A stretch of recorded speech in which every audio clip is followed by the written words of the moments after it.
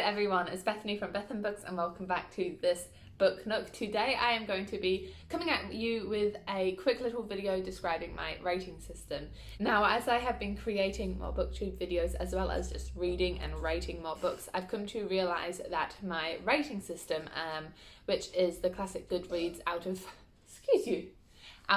5 stars, has become a little bit ambiguous in recent months, and as I've reflected, I realised that books I've given 3 stars are actually I enjoyed more than books I gave 4 or 5 stars sometimes. So I just wanted to sit down and make a list and sort this out. Now, this is 100% inspired by P.P.O.W.E.R.S here on YouTube. I'll link her video down below. She has her own book rating system called Core-Pile, C-A-W-P-I-L-E. Now, at this point, if you're wondering, well, Bethany, why don't you just use P.P.O.W.E.R.'s system? My answer to that is we all have different reading tastes and different things we look out for in our books, and mine are different to hers. I've just got her video up now. So her Core-Pile stands for characters, atmosphere, writing style, plot, intrigue, logic and enjoyment, and she goes into what she means by all of those. But I personally am not too bothered about, let's say, the logic. Sometimes books could be illogical and I'll just still be there for the ride, whereas something that isn't on there, which I take a lot of reading enjoyment from, is the world building and the world itself. So as you can see, our tastes are different, which is why I came up with Power. It's kind of cheesy, but I also kind of love it. 2 P's, and now I can say to myself, what is the power rating of this book? And I can go through and the little list making nerd in me loves it. So honestly, it turned out that as I was writing down parts of books that I wanted to rate a book on, also came to 7 letters. So it is the same kind of numerical system as P.P.O.W.E.R.S. I just have 7 letters and then I average them out into a number out of 100. And then from there, I use the classic, you know, like 20% is 1 star, 40% is 2 stars. And if there is a 0.5 star, then I will make it 0.5. So let's get into what each letter stands for. The first P is people.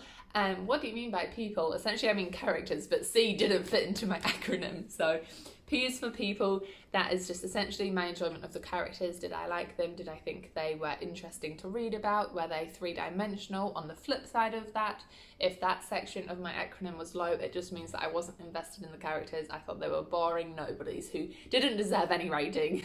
And after that, I have pace. So this one is obviously self-explanatory in that, to be honest, all of these are pretty self-explanatory, but pace for me means, was it a good pace? Did I get bored? Were there lulls in the story where I would put it down and not pick the book up for a long time?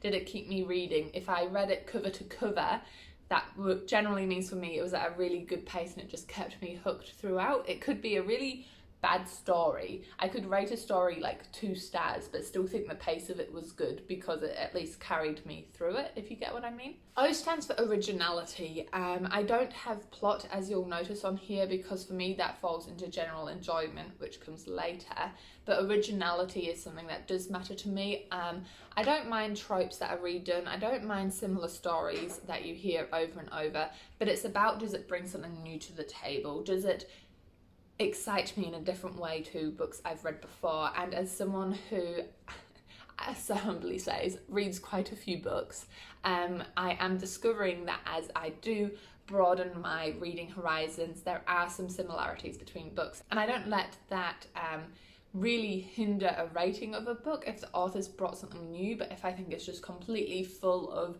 recycled, repeated tropes, then it's just not as fun for me. W, as I actually briefly mentioned, is all about world building. Now, this is actually also quite closely linked into style, which is like the S of my P.P.O.W.E.R.S system, so I may as well talk about them together. You've got world building, which for me is kind of like in Warcross or in Ready Player One or in The Hunger Games. For me, those are books that I quite enjoyed the world building. I could really picture myself there in the moment. Books which didn't have as strong of a world for me are, for example, I just finished writing my review on Late to the Party, post on my Bookstagram, and I thought this one's world building was a bit flat, but in retrospect, I really liked the people in this book. So that's kind of how it balances out there. That's important for me because I'm quite a visual reader. It's almost like I'm, you know, when you watch a movie, you're out, but when I read, I'm like into the book, and I'm sure you guys also experience that. Let me know if you do when you're like in the story. So if the world building is really two-dimensional, really grayscale, monotonous, not explained, I find it hard to secure myself and root myself in the story. And then we get style. So as I've said, it's kind of the sibling of world building for me, because I find if a story doesn't have great world building, then that's kind of an issue with the writing style. It's not descriptive enough. But also the writing style for me encompasses things like phrasing, sometimes if it's poetic or if it's like a thriller, the writing style matches the content. Sometimes I come across like thrillers, I can't think of one off the top of my head now, but they feel really soft, or the opposite, it's meant to be a fluffy contemporary and it feels too intense. It just doesn't seem to marry up. There's like two different levels. You've got a plot and a writing style, and they're just off kilter a bit. So that's what writing style means for me. Now we jump back to E. E is my just general enjoyment. So I could be reading a book whose originality is so unoriginal and their characters really are just unlikable, but for some reason, something I can't label or classify, there was just some sort of general enjoyment in the book. So that's what the E stands for me. And finally, we end on R. As a reader, I wasn't always so invested in relationships. This can be romantic, familial, or just between friends, but it's become more and more important to me. Another good example of this is with The Fire on High. Again, you can find my review in Goodreads or on the post in my Bookstagram, but I really loved the relationships in this book, particularly between the main character and her abuela, her grandma. I thought that was done really well. So for me, the R got quite a high rating out of 10 for that section. For me, in relationships, if it's romantic, I don't want things to be quick fire. I want there to be a meaning behind their love. Or if it is just, sometimes in adult books, it's just lustful, then it's not trying to be something it isn't. With friendships, I like them to seem genuine, for there to be an actual connection. If I don't believe they're friends, then obviously it's not a great friendship written by the author. And then just with family members, I like them to be a little bit more raw, a little bit more real.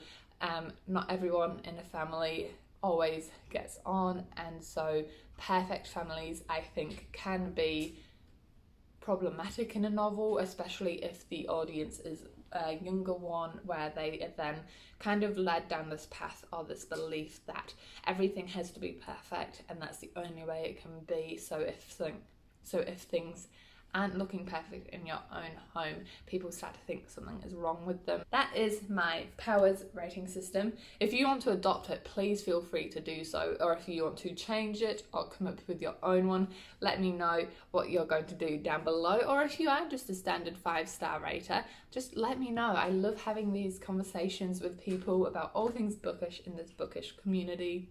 With that being said, I'm not going to keep warbling on, so enjoy all the places you go in your own reading adventures. I'll see you in the next one.